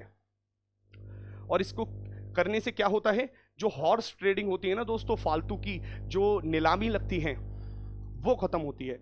तो जैसे आपने देखा होगा घोड़ों पर नीलामी लगती है हॉर्स ट्रेडिंग, वैसे ही यही पॉलिटिशियंस पे लगती है, और इन पॉलिटिशियंस की हॉर्स ट्रेडिंग को खत्म करने का ये पूरा का पूरा रास्ता है। 10वें शेड्यूल का ऑब्जेक्टिव क्या है कि पॉलिटिकल पार्टीज में आप डिफेक्ट ना करो किसी भी मटेरियल गेन के लिए, और पार्टी मेंबर इंश्योर करे कि वो जो भी मैंडेट उसको दिया जाए पॉलिटिकल पार्टी के द्वारा, क्योंकि वो उसका सदस्य है, जो विप उसे कहते हैं, विप यानी वो व्यक्ति होते हैं या वो पोस्ट होती है एक पॉलिटिकल पार्टी में जिसके कहने पर पूरा का पूरा पार्टी काम करता है। तो विप ने बोला है कि भाई आज अगर नो कॉन्फिडेंस मोशन आ रहा है, आप नो कॉन्फिडेंस मोशन में इसको पास नहीं होने देंगे, और आपके पॉलिटिकल पार्टी के जो दूसरे अपोजिशन पार्टी है उसने आपको कांटेक्ट करके बोला कि सुन आज नो कॉन्फिडेंस मोशन को पास होने दो, कोशिश करो कि सरकार गिर जाए, अगली सरकार में तुम मेरे सबसे खास लोग, खास प्रिय रहोगे, या एक सीट तुम्हारी मुफ्त, या फिर तुम ऐसा समझ सकते हो कि घर तुम्हें दे देंगे, गाड़ी तुम्हें दे देंगे, बंगला तुम्हें दे देंगे, पैसा तुम्हें दे देंगे। ऐसा नहीं चलेगा। तो बोला गया है कि किसी भी व्यक्ति को या कोई भी व्यक्ति वॉयलेट ना करे उस मैंडेट को, उसके लिए ये पूरा का पूरा प्रोसीजर है। किस पर लग सकता है? पार्लियामेंट, एमपीज पर या फिर मेंबर ऑफ लेजिस्लेटिव असेंबली पर। क्या ग्राउंड्स है डिस्क्वालिफिकेशन के?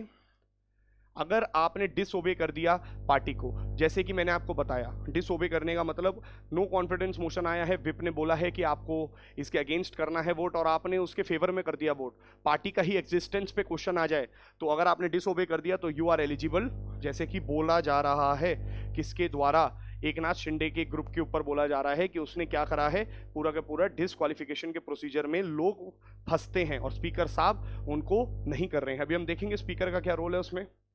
कोई व्यक्ति वॉलंटरी रिजाइन कर दे अपनी पार्टी को, अब मान लीजिए मेरी तबीयत खराब है, मैं ढंग से काम नहीं कर पा रहा हूँ, इनकेपेबल हूँ, या मेरा मन नहीं है, तब भी आप पे क्या डिफेक्शन लग जाएगा? जी नहीं। देखिए आप डिफेक्शन कब लगता है? डिफेक्शन का मतलब है अपोजिंग पार्टी को ज्वाइन कर लेना। आपने किसी वजह से आप रिजाइन करके चले आते हैं, वॉलंटरी रिटायर करना चाहते हैं, कोई इशू नहीं है, आप जाइए, कोई भी पार्टी आपको कुछ नहीं बोलेगी। बट अगर आप रिटायर होकर दूसरी पार्टी में जाते हैं ताकि आप वो सरकार को गिरा सको या फिर जो आप रूलिंग पार्टी है उसको गिरा सको, ये एक पूरा का पूरा डिफेक्शन का प्रोसीजर बनाता है। कुछ होते हैं आप जानते हैं इंडिपेंडेंट मेंबर्स, पॉलिटी पढ़ चुके हैं। इंडिपेंडेंट मेंबर्स को बोला गया है कि अगर वो पार्टी को ज्वाइन कर लेते हैं विद इन 6 months। अब देखिए यहां पर ना दो चीजें आपको बहुत अच्छे से पता होनी चाहिए, एक होता है इंडिपेंडेंट मेंबर, एक है नॉमिनेटेड मेंबर। अब ये पूरा का पूरा क्या है बोला जा रहा है, देखो यहां पर ना बहुत क्लैरिटी से आपको ये बात समझनी पड़ेगी, थोड़ा सा कंफ्यूजन होता है बच्चों को यहाँ पे इंडिपेंडेंट और नॉमिनेटेड के केस में, बट आपको मैं क्लियर कर दूंगा आज ही। Nominated member joining any party after 6 months, मतलब एक व्यक्ति है जिसको नॉमिनेट करा गया है लोकसभा राज्यसभा में या फिर मान लीजिए असेंबलीज में, उस व्यक्ति ने 6 महीने बाद किसी पार्टी को अगर दूसरी पार्टी को ज्वाइन कर लिया तो आप पे डिस्क्वालिफिकेशन लग जाएगा। क्यों? इसका मतलब ये है कि आप मेंबर बनना चाह रहे थे, आप मेंबर बन गए, अब आप दूसरी पार्टी को ज्वाइन करके बैठ गए। नहीं नहीं नहीं नहीं, तो पहले आपको नॉमिनेट सरकार ने किया, नॉमिनेशन अपनी रखने के लिए आपने 6 महीने कुछ नहीं किया और 6 महीने बाद आज जाकर के आपने किसी और पार्टी को ज्वाइन कर लिया। It is a ground for violation of the, और ये बात याद रखिएगा 6 महीने के अंदर अंदर अलाउड है। 6 महीने के अंदर अंदर अगर वो चेंज करता है कोई इशू नहीं है। With in 6 months not a ground, but after 6 months a ground. अच्छा, ये क्या बोल रहे हैं कि 6 महीने के अंदर अंदर कोई प्रॉब्लम नहीं है, 6 महीने के बाद प्रॉब्लम है। और इंडिपेंडेंट मेंबर को बोल रहे हैं कि 6 महीने के बाद प्रॉब्लम नहीं है, 6 महीने के अंदर प्रॉब्लम है। अगर आप मेंबर बनते हैं और उसके 6 महीने के अंदर अंदर इंडिपेंडेंट पार्टी के मेंबर ने किसी पार्टी, जिस पार्टी में वो आया है उस दूसरी पार्टी में चला गया, तो ग्राउंड फॉर वायलेशन, नहीं तो कोई प्रॉब्लम नहीं है। Who is the deciding authority? Presiding officer, जो चेयरमैन हो सकते हैं या फिर आप जानते हैं स्पीकर। एक्सेप्शन, 2/3 मेंबर अगर कहीं दूसरी पार्टी में चले जाएं, मर्ज कर लें, तो 2/3 मेंबर कैसे? जैसे मान लीजिए 30% है पार्टी के अंदर और 2/3 कितना हुआ? 20 मेंबर। अगर 20 मेंबर एक साथ निकल करके दूसरी पार्टी ज्वाइन कर लेते हैं या अपनी एक पार्टी बना लेते हैं तो वो डिस्क्वालिफिकेशन नहीं है, क्योंकि मेजॉरिटी निकल के जा रही है। Presiding officer can resign from party and can join party, ये भी एक एक्सेप्शन में आता है। देखिए कौन कौन से एक्सेप्शन हैं। पहले चीज, 2/3 मेंबर अगर कर लेते हैं मर्जर, तो ये क्या है? एक्सेप्शन है, आप पे डिस्क्वालिफिकेशन नहीं लगेगा। स्पीकर अपनी पोस्ट को छोड़ते हैं जब वो स्पीकर बनते हैं, क्यों? नहीं तो वो बायस एटीट्यूड रहता है। तो मान लीजिए जब वो स्पीकर खत्म हो जाते हैं, पोस्ट उनकी या स्पीकर का जो कार्यकाल है वो खत्म हो जाता है, उसके बाद वो दोबारा से पार्टी को ज्वाइन करते हैं, तो it is not a disqualification, है ना। स्पीकर को तो करना है, ये तो बोला गया है। ऐसे ही अगर कोई इंडिपेंडेंट मेंबर है 6 महीने बाद करता है, कोई इशू नहीं है। कोई भी नॉमिनेटेड मेंबर है 6 महीने के अंदर अंदर करता है, कोई इशू नहीं है। तो ये सारे एक्सेप्शंस हैं दोस्तों। Is there any time limit जब तक स्पीकर या फिर जो प्रिसाइडिंग ऑफिसर होता है उसको जजमेंट देना है? नहीं, यही तो सबसे बड़ी प्रॉब्लम है ना, इसी के लिए तो पूरा का पूरा केस आया, वो न्यूज आई है। बट सुप्रीम कोर्ट ने जजमेंट वो दी। अब 3 महीने वाली जजमेंट आप कंपेयर करो, देखो जब तक हिस्ट्री नहीं पता होगी, बैकग्राउंड नहीं पता होगा, 360 डिग्री एनालिसिस नहीं कर पाओगे, तो ये सारा मैं आपको इसलिए पढ़ाता हूं ताकि आप अंडरस्टैंड कर पाओ कि यहां पर जो सुप्रीम कोर्ट का आप लोगों ने देखा है, ये पूरा का पूरा Keshav Meghachandra Singh versus Manipur legislative assembly, जिसमें 10वें शेड्यूल में बोला है 3 महीने से ज्यादा नहीं लगने चाहिए, यही यहां पर बोला गया है। तो क्या कोई टाइम लिमिट है? कोई टाइम लिमिट नहीं है, बट सुप्रीम कोर्ट के जजमेंट से यह बात बताई गई है कि 3 महीने के अंदर अंदर स्पीकर को कर देना चाहिए, जबकि उन्होंने नहीं करा है, इसलिए सुप्रीम कोर्ट ने उनको नोटिस इशू करा है। क्या डिसीजन जो है जुडिशियल रिव्यू के अंदर आता है? हाँ जी, जुडिशियल रिव्यू के अंदर हर चीज आती है। नेक्स्ट देखिए किहोतो होलोहन केस। किहोतो होलोहन केस 1992 में सुप्रीम कोर्ट ने एक बात बोली थी कि जब कोई एक मेंबर अपनी व्यक्तित्व रख रहा है, अपना पर्सनल जो वो समझता है या फिर वो अपनी बात को कह रहा है, उसको डिस्क्वालिफिकेशन में मत लाइएगा। कहने का मतलब it can not curtail the right to free speech in the house. जैसे मान लीजिए कोई एक सरकार है और सरकार हमारी फार्म लॉज लाई और बीजेपी का ही एक मेंबर उठ करके बीजेपी के खिलाफ कुछ बात बोल दे, तो क्या वो डिस्क्वालिफिकेशन में आएगा? जी नहीं। आप पब्लिक में आके उनके खिलाफ बोल सकते हो, it is not a disqualification. Right to freedom of speech तो आपको रहेगी, बट राइट टू वोट नहीं है। अब देखो राइट टू वोट नहीं है मतलब कि वहां पर आप अगर वोटिंग कर देते हो इस अपनी ही ऑर्गेनाइजेशन के खिलाफ, वो डिस्क्वालिफिकेशन का क्राइटेरिया है। आप क्या बोलते हो इस बात से कोई लेना देना नहीं है। तो आप अगर सरकार के खिलाफ हो, बट जब विप ने आपको बोला है कि आज आप बटन दबाएंगे तो आप बटन दबाएंगे यस का, जब विप बोलेगा नो तो आपको बोलना है नो। तो सुप्रीम कोर्ट ने बोला है कि वो भी आप कब करिए? जब एग्जिस्टेंस ऑफ सरकार पे सवाल आ जाए, हर मैटर पे मत बोलो, एग्जिस्टेंस पे आ जाए जब बहुत ही क्रूशियल मैटर, जैसे no confidence motion crucial matter है। क्रूशियल मैटर के केस में अगर कोई व्यक्ति आपको धोखा दे रहा है, दूसरी पार्टी को ज्वाइन कर रहा है मटेरियल बेनिफिट्स के लिए, तो एंटी डिफेक्शन लगेगा ही लगेगा। This is all about this. And the last news जो मेरे को आपको बतानी थी, ये वाली न्यूज एक बहुत इंपॉर्टेंट न्यूज बन जाती है, एनवायरमेंट से आप इसको रिलेट कर सकते हैं। GS3 environment and ecology, one more cheetah dies at Kuno national park. दोस्तों कूनो नेशनल पार्क कहां पर है? मध्य प्रदेश के अंदर कूनो नेशनल पार्क जो है वहां पे 20 चीता नामीबिया और साउथ अफ्रीका से लाए गए हैं। ईरान से हम लोग मांग रहे थे बट ईरान ने हमें दिए नहीं थे, तो हम लोग अफ्रीका से चीता को लाए हैं। चीता को क्यों लाए हैं? क्योंकि 1952 में चीता ऑफिशियली एक्सटेंट हो चुके थे। लास्ट चीता जो थे 1949 में देखे गए थे, उसके बाद से कभी चीता देखे नहीं गए भारत में, और 52 में उन्हें ऑफिशियली एक्सटिंक्ट घोषित कर दिया गया है। एक्सटिंक्ट यानी कि अब उनका वास्तविक क्या कहते हैं कि एग्जिस्टेंस ही नहीं है, बिल्कुल जीरो है, ऐसा बोल दिया गया कि एक भी स्पीशी नहीं है। एक्सटिंक्ट को बोलते हैं कि ना तो जंगलों में है और ना ही वो कहीं पे कैप्टिविटी में है। कैप्टिविटी मतलब जू में भी नहीं पाया जाएगा, ना ही जंगल में है, ना ही जंगल के बाहर है, कहीं पे भी नहीं है। भारत के अंदर एक्सटेंट घोषित हो गया था। अब हम इसको वापस इसलिए ला रहे हैं क्योंकि ये क्या है, की स्टोन स्पीशी है। की स्टोन स्पीशी, अम्ब्रेला स्पीशी भी आप बोल सकते हो, या फिर फूड लेवल या फूड चेन में सबसे ऊपर आने वाली स्पीशी है। अब देखो जो भी सबसे ऊपर वाली स्पीशी होती है, ये इकोलॉजिकल बैलेंस को, यानी पर्यावरण के अंदर जो एक पूरा का पूरा सिस्टम है उसको होल्ड करके रखता है, या फिर हम ये भी बोल सकते हैं कि इकोलॉजिकल बैलेंस को क्रिएट करते हैं ये सारी स्पीशीज। अगर ये विलुप्त हो जाएं या ये गायब हो जाएं तो पूरे के पूरा पर्यावरण या पूरा का पूरा जो सिस्टम है वो चरमरा जाता है। अब कैसे? फॉर एग्जांपल मान लीजिए चीता एक्सटेंट हो गए। चीता जिन जानवरों को खाते थे, अब चीता किन जानवरों को खाते थे, यानी कि आप ऐसा समझ सकते हैं चीता हिरण को खाता है ना। अब हिरण की मात्रा ज्यादा हो जाएगी, क्यों? क्योंकि चीता ही नहीं है उसको खाने के लिए। जब हिरण की मात्रा ज्यादा हो जाएगी तो हिरण किस चीज को खाता है? वो है घास।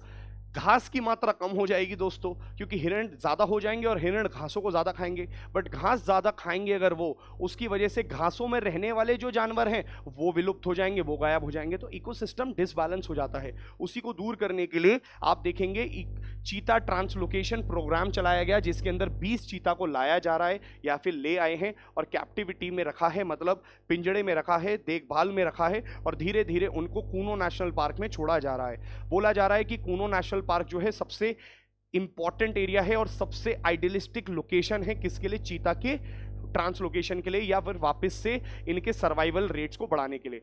कोशिश क्या करी जा रही है कि ये वाइल्ड में जी जाएं, एक बार इनके बच्चों को छोड़ा जाता है या फिर अडल्ट्स को छोड़ा जाता है, और एक बार मीटिंग का प्रोसीजर हो जाए, और ये मीटिंग के प्रोसीजर के बाद अगर कब्ज आ जाएं तो आप देखेंगे फायदा क्या होगा इससे फायदा ये होगा कि नेचुरली अगर वो यहाँ पे जी गए तो बेटर है, फिर वो सरवाइव कर जाएंगे और धीरे धीरे धीरे इनकी पॉपुलेशन अच्छी हो जाएगी, जैसे राइनोसोरस की हम लोगों ने कराई है, वन हॉर्न राइनोसोरस की। तो हम चाहते हैं कि इनका भी ऐसा ही हो जाए और थोड़ा सा बेटर हो जाए, कीस्टोन स्पीशी इकोसिस्टम के अंदर बैलेंस क्रिएट कर सकें।